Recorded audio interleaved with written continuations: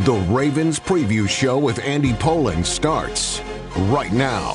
It wasn't perfect, it wasn't pretty, but it was the Ravens. Listen to all Ravens broadcasts right here on 6:30 a.m., the ESPN 630 app, or ESPN630DC.com. And with 1:17 left to play, the hay's in the barn. Now, here's Andy Pollin.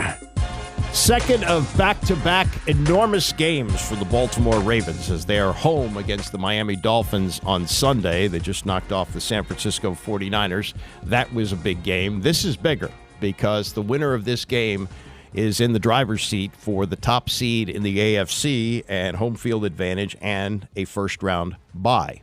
And the Ravens working on a short week, having to come across the country, are playing a team that's banged up. That should be helpful for the Ravens, but the Ravens have injuries of their own. Zay Flowers and Kyle Hamilton both missed practice yesterday, and Jalen Waddle and Tyreek Hill missing practice yesterday for the Ravens. One of them is likely to play, and it's probably going to be Waddle. Tyreek Hill dealing with an ankle injury. So we'll find out more as we get closer to the game. But that's where they are right now. So both teams, as you would expect at this point in the season, banged up, but both in very, very good shape as we head down the stretch. The Ravens are 12-3. That's the best record in the league. The Dolphins are 11-4.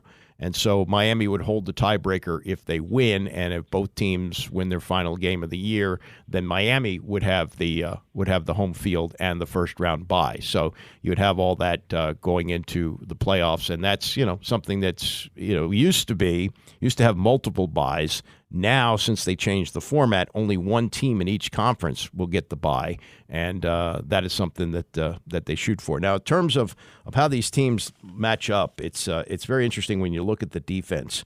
Overall defense, Miami is number 3 in the league, but they've given up 37 touchdowns. Ravens not far behind in total defense. That's yards per game given up.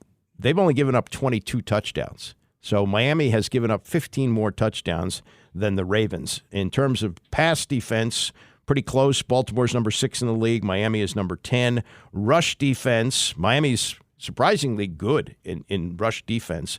They're number 5 in the league, but they've given up 13 rushing touchdowns, where the Ravens at number 12 have given up only 5. Scoring defense, Baltimore is number 1, giving up only 16 points a game. Miami is number 13, giving up 21. And in the red zone, Baltimore is number 3 at 38%. Miami is number 26, 64%.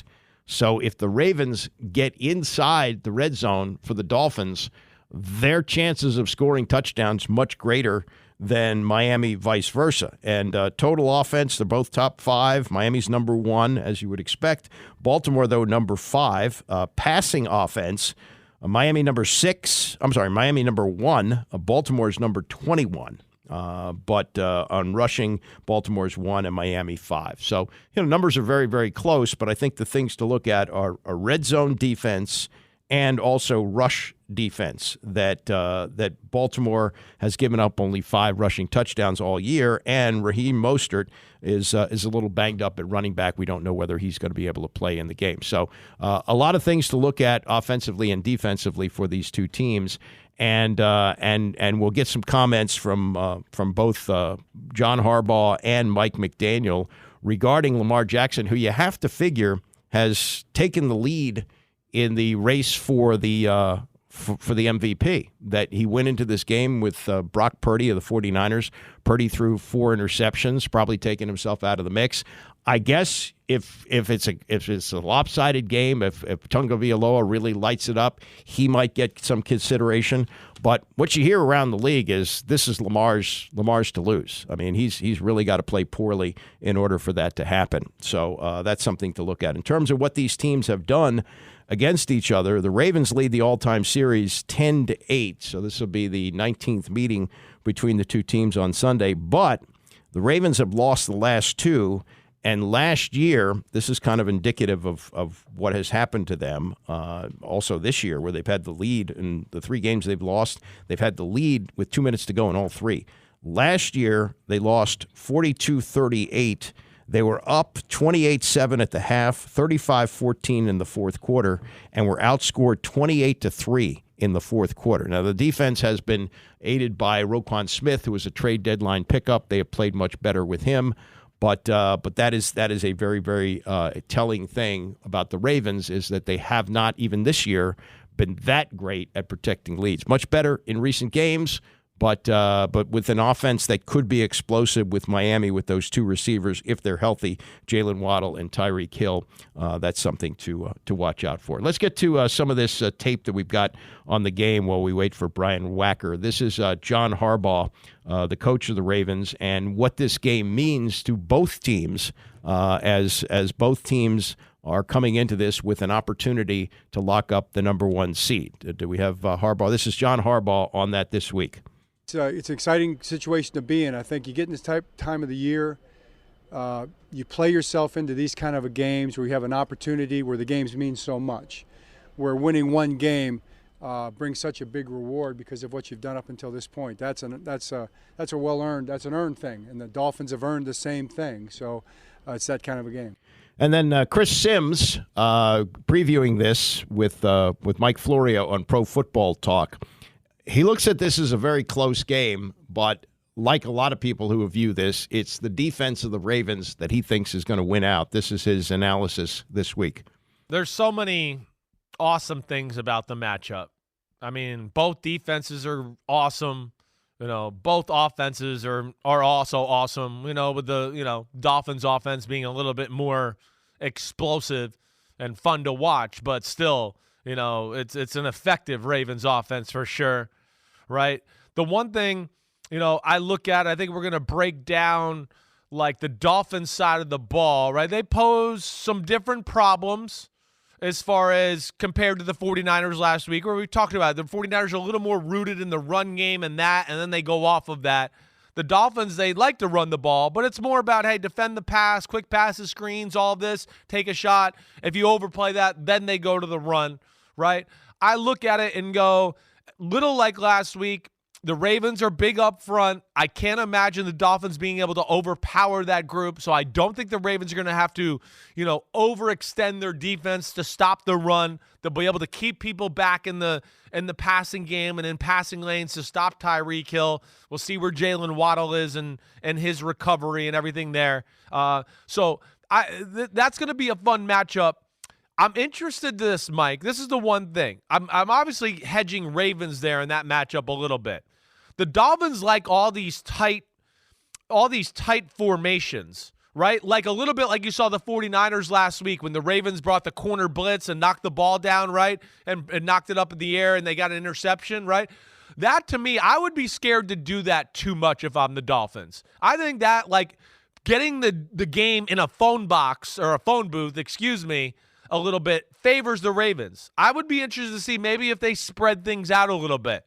Hey, let's take some of the creativity and disguises away from Mike McDonald. Let alone if we spread them out a little bit, they can't disguise some of these blitzes, and their front four is not the best pass rushing group, in the world, as we've discussed. So that'll be interesting to see the approach. The other side of the ball, I think a lot of this Dolphins defense, I think they will give the Ravens problems. But I do think the Ravens are kind of hitting on all cylinders here. And with it being at home, a little fearful of what the Dolphins did to them last year, coming back and beat them, I think the Dolphins will have the Ravens' full attention. I'm going Ravens 24-20. 24-20, and the spread, that would cover the spread because it's 3.5, Ravens favored.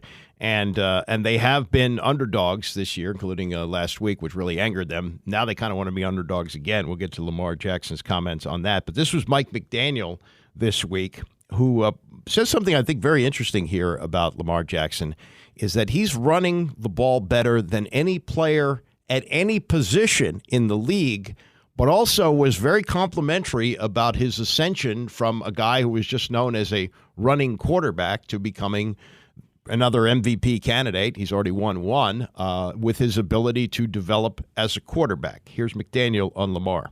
A lot of people use his crazy athleticism against him. So, he was like, no, I'm a quarterback. And if I remember correctly, he didn't run at the combine. I'm sure it would have been really fast. But then to watch his game progress each and every year, he has the same running ability, which is as good as there is in football, regardless of position. Like, unbelievable. And he is that same player and has developed every year in the pass game. You can tell he has a chip on his shoulder. You can tell his teammates absolutely love him. And, you know, he presents a challenge that you don't have one guy stop him. You have to, that's what's cool about going against a player like him, is a team has to not stop him, whatever the saying is, contain, boom. And it's a team effort. It takes coverage, rush, all of that. And, they present unique problems that is literally exactly what happens every single time you play a playoff game. If you're in a playoff game, there's really good players that have unique skill sets, and the name of the game is solving problems collectively, coaches having a good plan, players buying into the plan, players fully executing the plan, and bringing their unique talents with them. He does not look like a typical football coach, doesn't sound like a typical football coach, but it's working. It's working in Miami, and he's embraced something that Jimmy Johnson embraced, and that's speed. He's got the fastest team in the league, and that's a big part of their success. He also took a quarterback who seemed to be on the downside, that they were ready to give up on, and Tua Tagovailoa is playing great in this offense that McDaniel has developed. Yet another guy who once wore the colors of burgundy and gold, working on the Shanahan staff. Those guys now populate the NFL. Lamar Jackson, last week an underdog, this week a favorite, and sitting on top of the league with the best record at 12-3, but says this: keeping the level head is the most important thing for us right now, because now the narrative is changing. It was just, this team is the Ravens. We don't know about the Ravens now. It's they're the number one team, so we're not playing no mind into that. I feel like that's bait. That's clickbait, and like I said, we're trying to make it to February, so we're gonna take it a game at a time. And as far as this week being the favorite after being the underdog on Monday night, he's not looking at it that way. I believe we're around a bunch of guys who's been doubted, a bunch of guys who got things to prove on our team, on both sides of the ball. So I believe anytime we're the underdogs, we're going to always rise to the occasion, but we got to stay locked in to do that. And what about when you're not the underdogs? This week, you have the best record in the NFL. We the underdogs. Why do you feel that way? Because we the underdogs.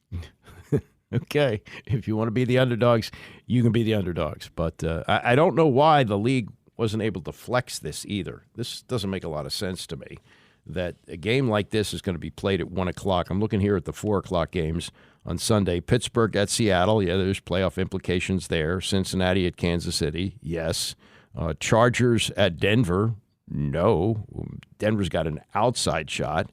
And then the night game, Green Bay at Minnesota, that's big. Okay, you keep it there. But I don't know why they weren't able to flex that. But is what it is. Baltimore is favored by 3.5, 1 o'clock kickoff on Sunday, and we'll have coverage here coming up at 12:30. Coming up, either we'll have Brian Wacker or I'll have some other odds and ends to finish up the year with. The last show of 2023. It's the Andy Pollin Show, ESPN 630.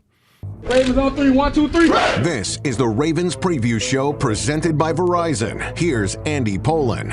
Ravens and the Miami Dolphins on Sunday, 1 o'clock kickoff, coverage here at 12:30. Covering the team for the Baltimore Sun is Brian Wacker, who joins us now, and we're just trying to figure out how this game was still at 1 o'clock. Why was this game not flexed into prime time? Well, it's a great question and a really simple answer, actually. 2 words, Taylor Swift. Oh. Yeah, let's face it, that's the 4 o'clock game, the 4:25 p.m. game with the Chiefs and Bengals, which, by the way, also happens to be an important and very good game.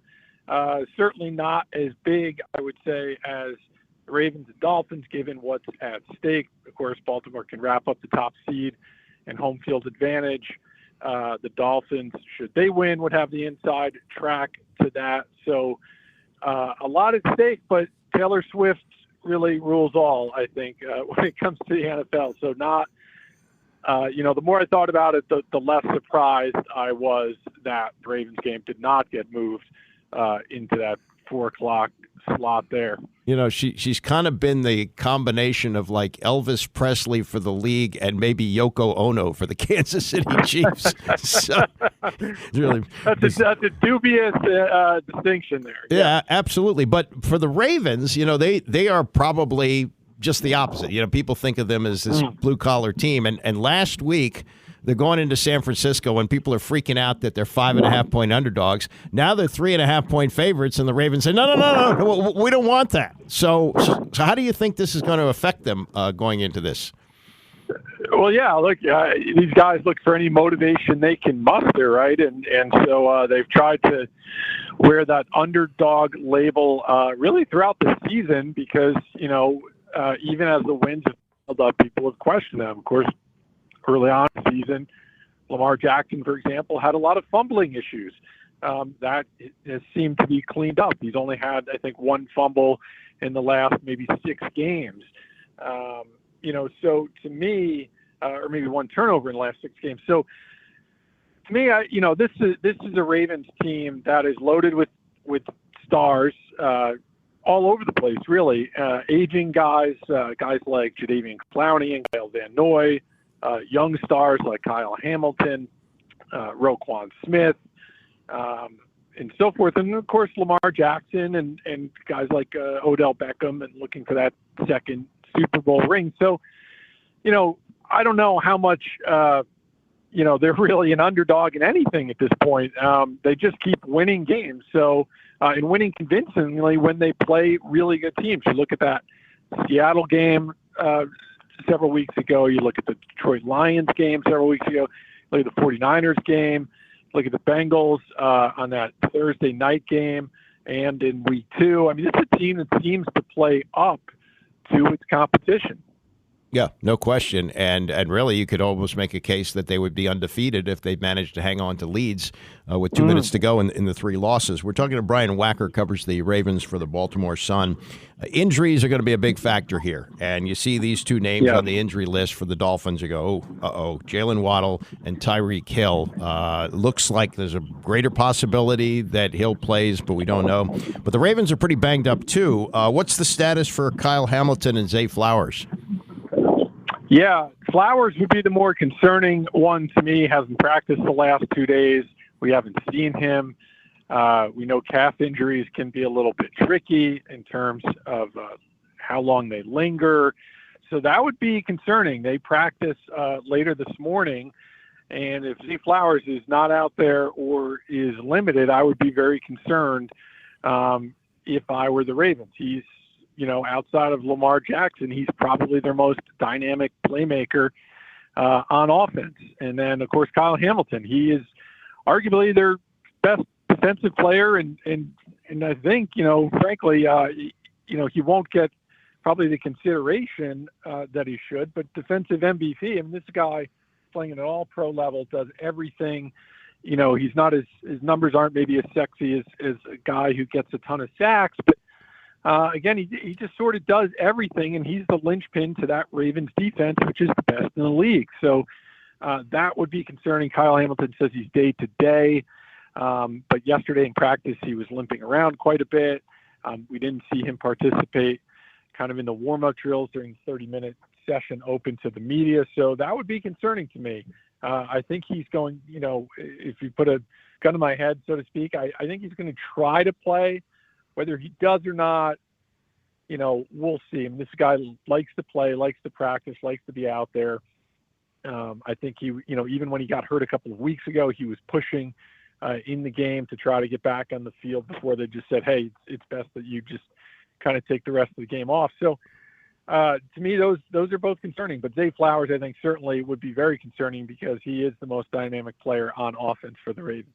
outside of Lamar, of course. Yeah, and we talk about the Ravens as being this, complete team with a defense that has always been their trademark defense. But I was looking at the numbers for rushing defense. Miami is actually higher. They're ranked 5th in rushing defense, while Baltimore is 12. And, given that the Ravens have had injuries at running back, you don't want to be running Lamar too much because you want to make sure he's healthy for the playoffs. I mean, what do you make of that as they go into this game? Yeah, I think certainly, it's been interesting because there have been times where we thought, hey, maybe it's sort of grounded and pounded, and then they throw the ball a lot. Right. To your point, I think the Ravens in this game will probably see somewhat of a balance running the ball. But this is a Dolphins team that's very good defensively against the run. And conversely, this is a Ravens defense that has been torched a few times on the ground this season. So, part of the reason the numbers, frankly, maybe aren't worse for the run defense is the fact that, the Ravens have gotten out to leads in games. Right. In almost all of their games, they've been in front. So that really puts the onus on the other team to throw the ball, which falls right into the Ravens' hands. So it'll be an interesting dynamic. All right, the spread 3.5. I think the over-under is 47. What do you think happens on Sunday in Baltimore? Well, I don't think we'll see quite the shootout that we saw, of course, last year when the Dolphins staged that epic fourth quarter comeback. But I do see this. I see this Ravens team as, I think they've got enough veterans on that team and enough guys playing at a high level.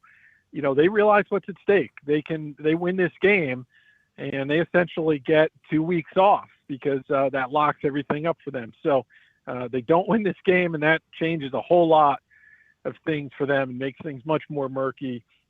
I like the Ravens' chances. I think they probably covered the spread, but I like this one to be a close game, a touchdown kind of game, a 4 or 5 point game. And the point you make is a really good point about the 2 weeks off. Even though the Dolphins and the Ravens would have the same record if the Ravens lose and the Dolphins win the following week, because it's head-to-head, this clinches, right? Essentially clinches the top seed in the AFC if they win this game, correct? Yes, for the Ravens, it clinches it. For the Dolphins, it would come down to next week's game. They play the Jets, I believe. Yeah. In week 17, or maybe that's the Browns, or week 18 rather. So I don't like the Dolphins to lose if they happen to win this game. I think Miami will hang on and get that top seed because that will give them the same record as the Ravens, and then they'll have the head-to-head edge over them if they should both win out. The Ravens, this would give them a 2-game lead over the Dolphins and lock it up home field. And there's a lot of motivation, believe me, for those guys to get that top seed and try to get those couple of weeks off where, a lot of guys will rest. I don't think the Ravens would sit everybody, going into the Pittsburgh game, but I certainly think guys who are banged up and even players like Lamar Jackson probably wouldn't play the entire game. Yeah, very good. Good to talk to you. Thanks so much, Brian. Thanks for having me. That's Brian Wacker, Baltimore Sun, likes the Ravens to win close. I think most people look at it that way, but, Dolphins can be explosive, and the health of Jalen Waddle and Tyreek Hill are going to be key here. Thanks to Brian for joining us today. Thanks to Rex Minturn for running the show. Thanks to all of you who listen. Have a happy New Year, and don't forget, I'll have a show on Monday. Tony will have a show on Monday, and Tony has a show coming up next. See you New Year's Day, 9 a.m.